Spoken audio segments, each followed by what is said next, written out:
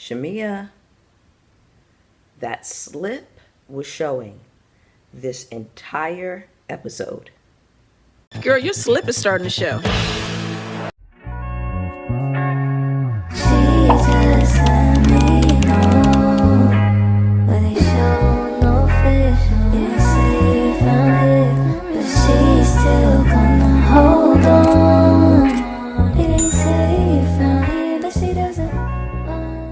What's up, everybody? It's your girl Bonnie Scotch. Thank you so much for tuning into my video today. I wanted to bring you a review for Real Housewives of Atlanta. This is season 16, part 2 of the reunion. Go ahead and hit the like button for me. When you hit the like button, it is a free way to support the channel and also let YouTube know that I'm here and that you all are rocking with my commentary, so YouTube starts to shoot my content out to other viewers. Go ahead and hit the subscribe button, hit the notification bell so you know when I'm posting. Shout out to the new subscribers that I got in the last week. I really wasn't anticipating that. I had a rough time over the past couple of weeks since I had been calling out Angela and Kenya, but you all have subscribe to the doll. I have some new Scotch Gang members, so I love that. Also, if you would like to support the channel for just a cup of coffee every month, $5 every month, you can support the maintenance of this channel. Let's go ahead and get into part 2. I was really disappointed in this part 2. I really didn't feel like there was a whole lot to it. At some point, I was checked out. I remember my eyes completely glazed over. And at some point, I was looking at my phone. This was last night when it aired. And I was looking at my phone. I was scrolling, doing some shit on the phone. And then it occurred to me, like, wait. I'm watching this show so that I can come back and report to you all and tell y'all what happened. Because when I rewatched today, I was like, wait, when did that happen, y'all? I was so checked out. Let's speak to some of the things that did happen on this part 2, okay? So we pick up the episode where we left off. Angela is saying that Phaedra told this lie on her to secure her spot. The fact that Andy had to tell Angela that Phaedra's spot was already secure and Angela said no, it wasn't. Bravo Andy is y'all's boss.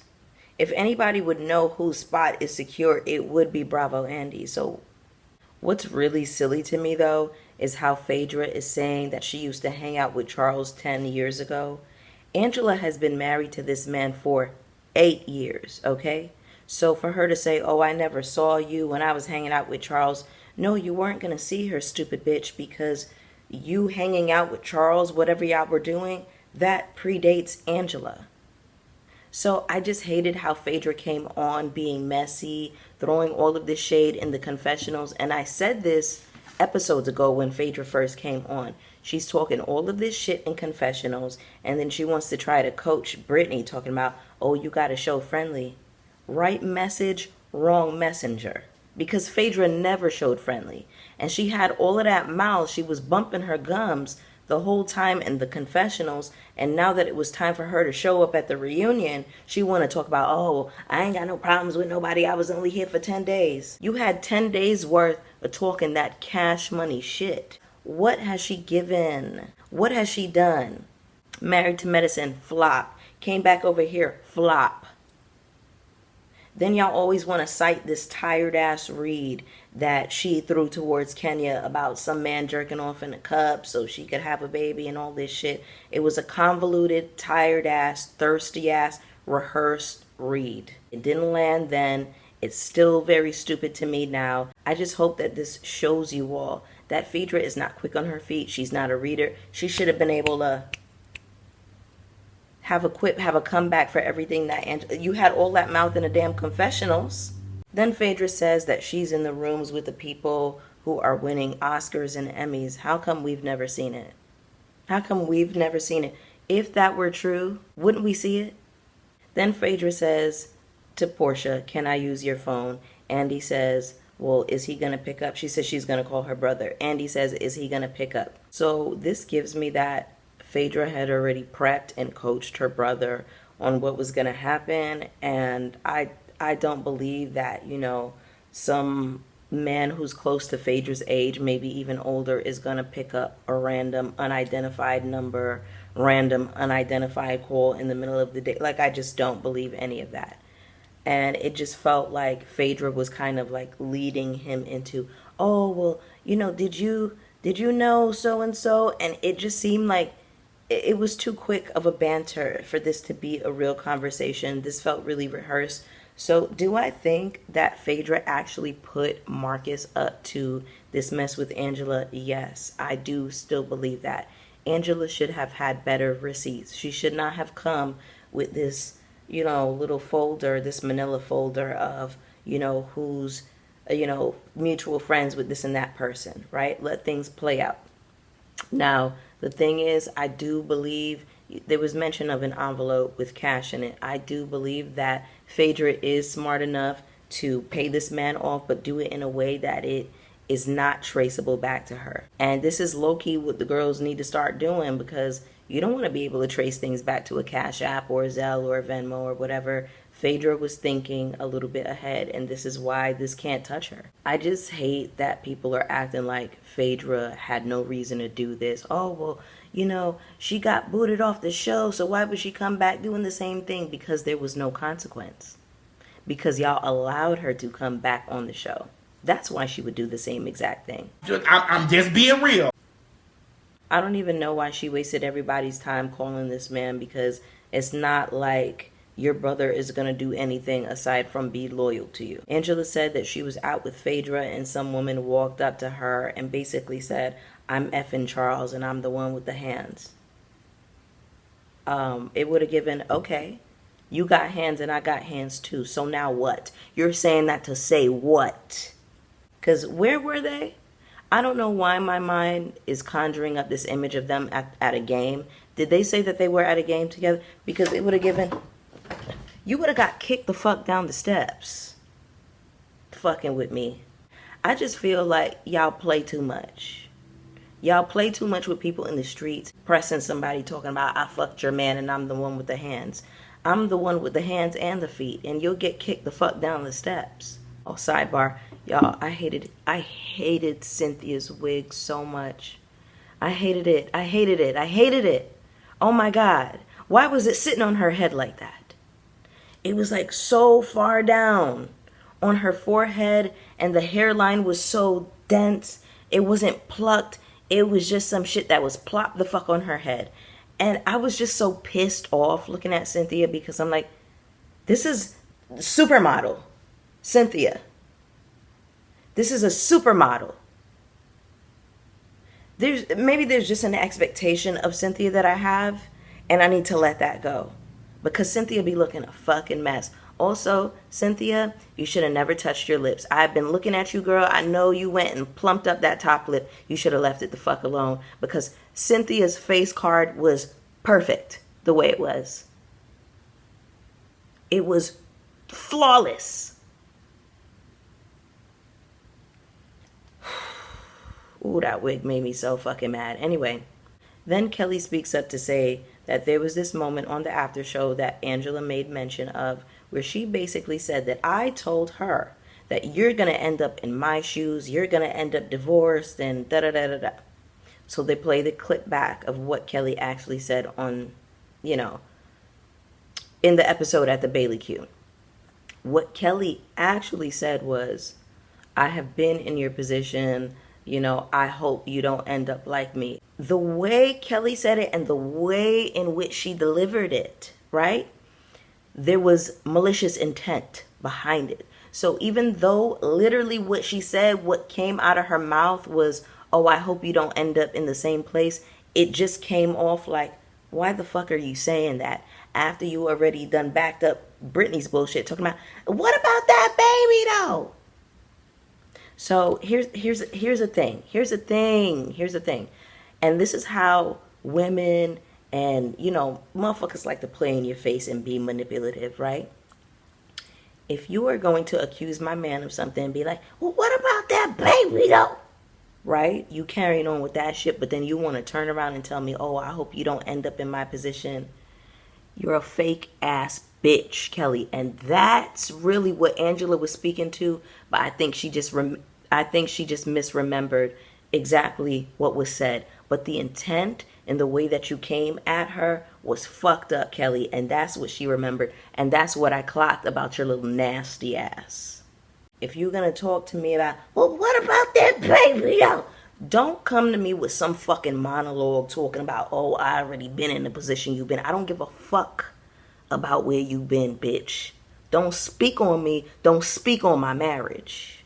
And the thing is, people will do that shit. People will do that shit under the guise of, oh, I was just trying to be helpful. Oh, I was just trying to be a friend. No, you were being...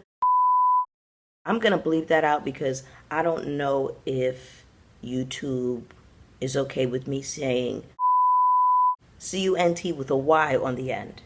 I don't know if they're okay with that. I'm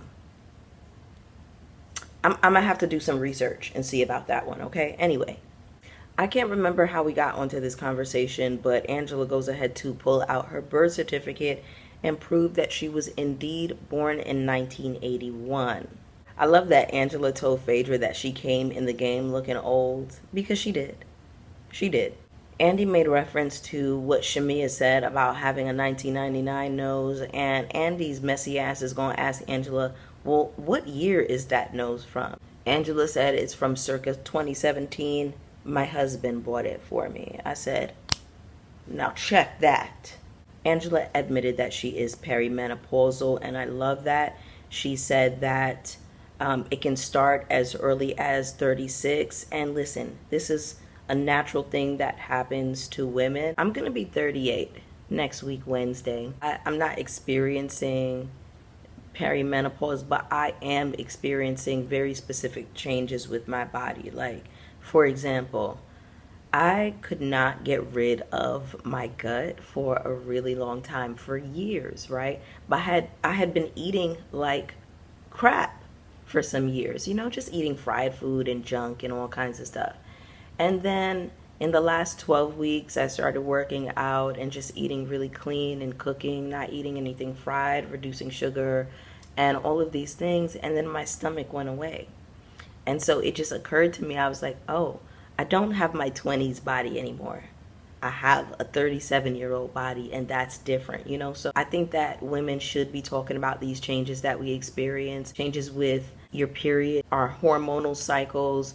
You know, we are not taught enough in terms of reproductive health, and that is for a reason. That's by design. I didn't learn until my adulthood that women have all of these different hormonal cycles. You have more than just your menstrual cycle. You have the follicular phase, you have the luteal phase, you have the menstrual phase. You know, you have all of these different things going on with your body that really dictate how you show up in the world. I'm just glad that these conversations are being had. It shouldn't be taboo to talk about menopause and perimenopause and hormonal changes that you're going through and periods and very real things that we experience as women every month, all the time.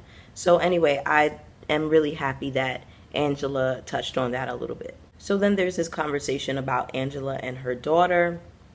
And Cynthia says that Noelle is fluid as well, and that she and Angela had a conversation about it. So I love that. I love that they were able to bond on that. And those of you who have been watching my channel know that I put the B in LGBT. So shout out to the bisexual divas, honey. Black, bisexual, angry, sad, strong, sensitive, scared, fierce, talented, exhausted. And then this listener question came up about how Drew didn't support Angela at the Bailey queue when all of the girls were jumping on Angela. Drew did apologize for not being available to her because she was going through whatever she was going through. And I did appreciate that Drew could own that. And then Shamia silly ass gonna jump up and say, well, what's the difference between what Drew did and me and Porsha's relationship? Shamia, shut your ass up. Because have you not had enough of getting dragged online and being dragged by this cast about being Porsha's lapdog? So you want to know why it is that people feel some type of way about the way you show up for Porsha, but we expected Drew to show up a certain type of way for Angela. If you don't know the difference, you have bigger problems to sort out, baby doll. The loyalty that you show for Porsha, nobody really understands it. It seems like you want to be loyal just to say that you're loyal. Just for the act of doing it, just for the optics. There is so much about Shamea and her persona that comes off extremely performative. You don't come off like a supportive friend to Porsha. You come off like a minion. You come off like a henchman. You're willing to do her dirty work and her bidding and all of these side quests and all of these things. You won't even pull Porsha to the side to say, hey, this bothered me, but you got your pitchfork, you're ready to ride, you the getaway driver for every situation that Porsha's in. You don't understand that makes you look foolish. That is your issue. I don't know if you're stupid or dumb or crazy. So then there was this question of whether or not Shamea resolved the issue with Phaedra and Porsha. Remember the situation where they were sitting together and Phaedra was saying, oh, well, Shamea, she be fucking everybody's husband. And, you know, basically saying that Shamea is a jump off. Now, apparently, Shamea had only had a conversation with Porsha about this. So now I'm trying to understand how the fuck it is that when Phaedra came into this season, they were talking about, oh, me and Shamea is so cool. Shamea is good people. And Shamea is talking about, oh, me and Phaedra, we're cool. And we hung out for this and that. And we were at this and that. And y'all never had a conversation? Girl. So Andy is asking Shamea, are you still upset about these allegations? And Shamea says, I've moved on. Angela is just shaking her head, and Andy is like, well, what's going on, Angela? And Angela is like, well, Shamea is the one who brought up the situation at the Pampered by Porsha event. Cynthia jumps in to say, it is okay to be upset, Shamea. Shamea looks so fucking stupid here because this is what I'm talking about this performance of pretending that she is okay with everything. And this is how I know she was running around to everybody who would listen in that group about Porsha. You wouldn't even tell Porsha that you were upset with her about this and that, but you're running around to all these different people talking shit about her. But then you want to act like, oh, I have her back. I'm her #1 writer. I'm her best friend. You are so fucking fake. Shamea, you are so fake. Why are you sitting here pretending like, oh, I moved on and I brushed it off? You didn't fucking move on. Why don't you have the pussy lips as a woman to just admit that something is upsetting to you? So the girls break for lunch, but Shamea is telling her husband that she didn't feel like she was heard today because she didn't want to talk over people. No, you weren't heard today because you got caught in so many fucking lies. And there were so many things that were said and so many things that were exposed about you today that you knew you couldn't answer to because nothing you would say would make sense. Then Kelly and Shamea are backstage talking, and y'all, I had another jump scare moment because Kelly was eating, right? So like her lip gloss and her lipstick had, you know, it wasn't on her lips anymore. So her lips were no longer lined. You could no longer see where like this part started and where her lip began. It all ran into each other because of those fillers, and it just looked fucking atrocious. And please let Kelly be a cautionary tale. If you were thinking about getting fillers pumped up into your lips, don't do it. Did y'all peep that Ralph was backstage getting a haircut? Why the fuck couldn't he get a haircut the night before? Do you think they're going to roll out the red carpet for you, Ralph?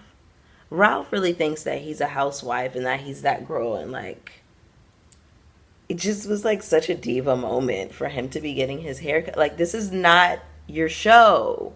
The men don't get paid to be here. Andy reads the tweets from Kenya and Britt. Now, I do think that this is a good indicator that Kenya will potentially be back next season.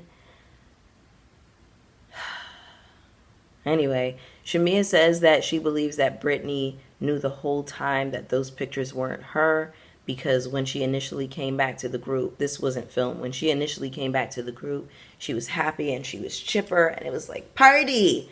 And then when they started filming, then she had all of these tears and she, you know, Kelly backed her up on it. I said, well, why didn't you bitches say anything? Why didn't y'all say anything? Kelly, shut your ass up. There was a listener question about Cynthia having more grace for Britt than she did for Kenya. Cynthia says that she can't compromise her integrity or her values to back up something that she ultimately didn't support. And I do understand where Cynthia is coming from on that. But the thing is, Cynthia, it just seemed like you did go on this whole, media tour talking about Kenya, and if you were trying to repair this relationship with Kenya, it didn't make sense that you would go around talking about her like that. Cynthia said that the last time they spoke was around that time of the scandal, and that Kenya hasn't been taking her calls. So the thing is with Cynthia and Kenya, I do believe they already had some debris from their previous fallout, and I do think that this was the last straw. So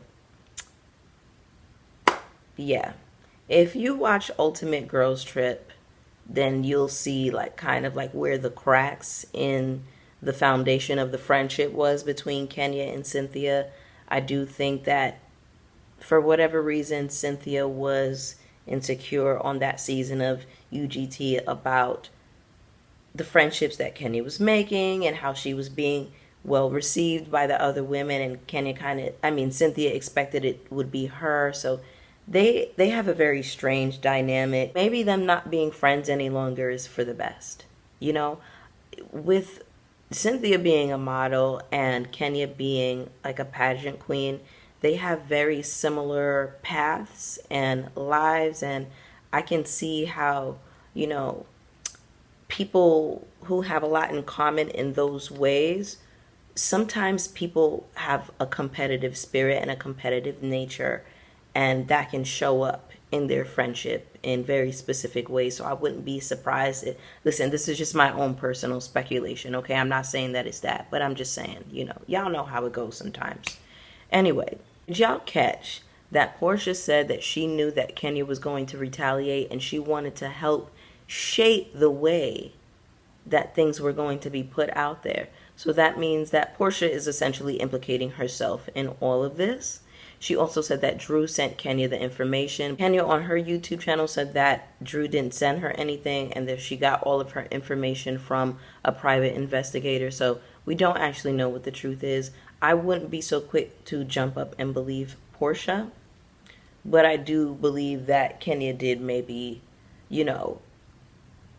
tell Porsha, hey, I'm going to be doing this and that. And maybe the poster boards is where Kenya kind of took things a little bit off the rails. Then we get into Shamea's package, and at the tail end of that package, we see this clip of Brittany saying, well, maybe you were faking or exaggerating what was happening with your daughter because you never checked on your baby when we got to Miami. I don't think that Shamea was necessarily exaggerating, but I get what Brittany means in the sense that if it was that serious, you would have went home to your baby, because that was a comment that I had. You falling out, you crying and all of this stuff. Go home to your baby. You don't need to be here. You live in a $9 million home. Your bills are paid. Kelly needed to be there. Kelly can't pay her bills. So Kelly needed to be on that trip. Hello? Shamea starts crying and, kind of playing it up. And y'all, to be honest with you, it is sad what Shamea is dealing with.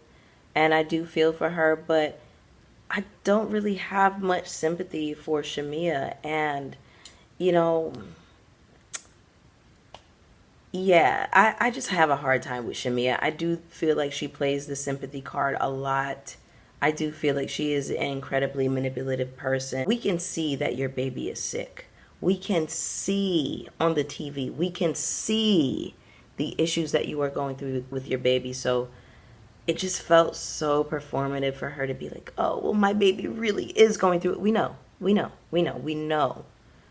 It's just an issue of, why didn't you go home to your baby? Go home, right? Usually when I see people crying, I start crying because I'm a big baby myself. I am very, very sensitive, okay? I will start crying at the drop of a dime for anything. I'm sad, I'm gonna cry. I'm angry, I'm gonna cry. I'm happy, I'm gonna cry. When I see Shamia crying, I feel nothing. Then there's this question of whether or not Shamia's husband is pressuring her for a boy. I have spoken about this already. I really do feel like, you know, she's gonna help him further his misogynistic agenda. She doesn't care what her body has been through. She doesn't care that she is at increased risk for heart attacks and strokes and 7 rounds of IVF, and they've been doing this since Shia was a baby. They're going to put all of these different women through these changes just so this man could have his boy. And she's like, oh, it's God, you know, if it's God's plan, maybe this method of having a boy is not God's plan for you. And that's why y'all keep having all of these failed attempts. But listen. Y'all know how the Christians do, honey. They will ignore the very obvious signs that are in front of them and then still jump up to talk about, oh, well, you know, God's will and the... Okay, girl. Anyway, she said that the last surrogate that they had, the one that we met, the one... I'm not going to say nothing nasty about that woman, but she looked like she needed the money. She looked like this was a job for her. She looked like she was in a situation. They said that the transfer with that young lady failed and that they are finding a new surrogate. So you had that failed attempt. Then you had the gestational breast cancer surrogate. And now y'all are about to potentially ruin another woman's life. Put her life on the line. Put her life at risk just so this man can have a son. I wonder how Shia feels, right? Being a 7-year-old child, and, you know, when a baby comes, that already changes the whole dynamic. There's a sick baby in the house that requires all of your time and attention. Now, how is Shiloh going to fare when a new baby comes? And she's the sick baby who already needs all of this time and attention. Is that fair to Shia? Is that fair to Shiloh? They have round-the-clock care. They have care, they have nurses, they have nannies, they have family in the house, they have a village. And Shamia is still sitting up here crying because she don't know what to do, because she's not out of the she's not out of the water with her baby, and y'all gonna add a new baby to the situation. The girls are not smart. The girls are not smart. It's very fucking stupid to put yourself through it and talk about, oh, it's give or take, it's marriage. Marriage is risking your life to have a man's baby. I mean, it's already risky having a baby, but we already know what you're up against and you're still going through with this. Stupid. Stupid. Then this question of why are you constantly comparing your music to Drew? She says, I'm not comparing my music. You did it the whole fucking season. Shading that girl's music, her voice, and this and that. She said she never shaded Drew's voice or her ability to hit notes. And I remember her at the top of the season saying that she didn't know why Drew was working with Dennis and she needed to come fuck with RL and get with the winning team. What has fucking with RL gotten you? You're not Whitney Houston. You're not even Bobby Brown. I haven't heard anything aside from Never Had. Where's the album? Where's the EP? I'm not bumping Never Had, but I'm bumping Drew's album. Now, to that point, I'm really curious as to why we didn't see a bigger presence in terms of Drew having or showing an album rollout. What happened there? I would have loved to have seen that on the show. Then there's this question that Drew had about why do you always call me a liar? And Shamia is like, oh, well, you brought a fake purse to hang out with Angela. She literally pulls out a knockoff purse. Shamia went out of her way to buy a knockoff purse to prove that Drew brought a fake purse. Baby, the fact that the actual designer got on Instagram today to confirm that that is indeed their bag and not a knockoff, Shamia, girl, you are the biggest chop. It's the desperation, it's the thirstiness, she's always so fucking tired and late and delayed and through. And I'm just like, oh my God. Y'all brought her on here for this. Candy begged, producers to bring Shamea onto the show for this? Porsha, was it malicious intent for Brittany to bring you that information about Shamea sharing text messages about you, and do you believe them? Porsha said yes to both. Now, notice that Shamea didn't have anything to say about that, okay? Now, she says the issue was that I didn't feel congratulated or celebrated, and then Porsha pulls out a video about how she actually did celebrate Shamea, and then they start arguing about whether or not Shamea had multiple weddings. Porsha said that she actually was at one of the ceremonies, and then they were bickering back and forth. And all of this, it just made Shamea look like a bigger liar to me. Porsha says that Shamea had planned to sabotage her and that she went on all of these interviews doing a smear campaign. And it's the truth. It's exactly what she did, because she has talked shit about Porsha to anybody who would listen at every turn. Shamea really wanted to lean into being a victim. She really wanted to lean into, you should have pity for me because Porsha's such a bad friend, and, you know, look at me, and, you know, I have a sick baby. Like, that is her thing. The girls go back and forth for a little bit, and then remember a few weeks ago when I reported on Porsha had basically cussed out Shamea online, saying, don't say nothing about my mother. I feel like this situation between Porsha and Shamea's mother, the mother should have been at the reunion to tell their own story and clear this up. If y'all are not going to talk about what the issue was with the moms, keep it on the playground. I don't want to hear secondhand information from Porsha or secondhand information from Shamea about what happened, because they are both liars. I want to hear it from Miss Diane and what's Shamea mama name? Her mama, so I can, you know, piece together the story and figure out what's really going on here. But anyway, y'all, that was the episode. Go ahead and get down in the comments with me and let me know how you felt about this one. You already know that I want to hear from you. Don't forget to hit the like button on the way out. Hit subscribe so you know when I'm posting, and I will see y'all for the next one. Peace. Alright, so if you made it to this point in the video, huge shout out to you, but I have a really quick church announcement, okay? Full transparency, I have been working on music again, working on an EP that I feel like I've been working on this piece of music for forever, but I did share a snippet of my music with a very close group of friends, and the general consensus was I should be sharing my music. So I really want to share a snippet of something that I started to write a couple of years ago. I would love feedback from you all on it.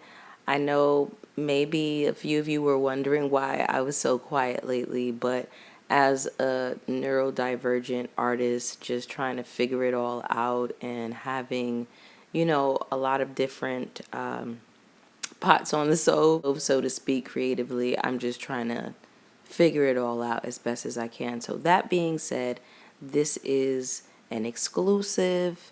So yeah, drop down in the comments and let me know what you think. He want that honey velour, said he need an encore. Bells be gaped open whenever I hit the door. Tripping into your with your daddy at the mall. This dropping the floor, you ain't seen this shit before. Let me see your wallet, got a saving motherfucker on it. I keep a comfortable distance and they still be calling. Days in and I got him like mine, he falling. Spend a day with him and still he feel like keeping shorted. He like the way I put it down, he wanna record it. He like that I'm creative, he wanna support it. Hitting up my cash shit first thing in the morning. Do it like it's my B-day, occasion is balling. I know that this nigga be fiending to call me a shorty. Don't care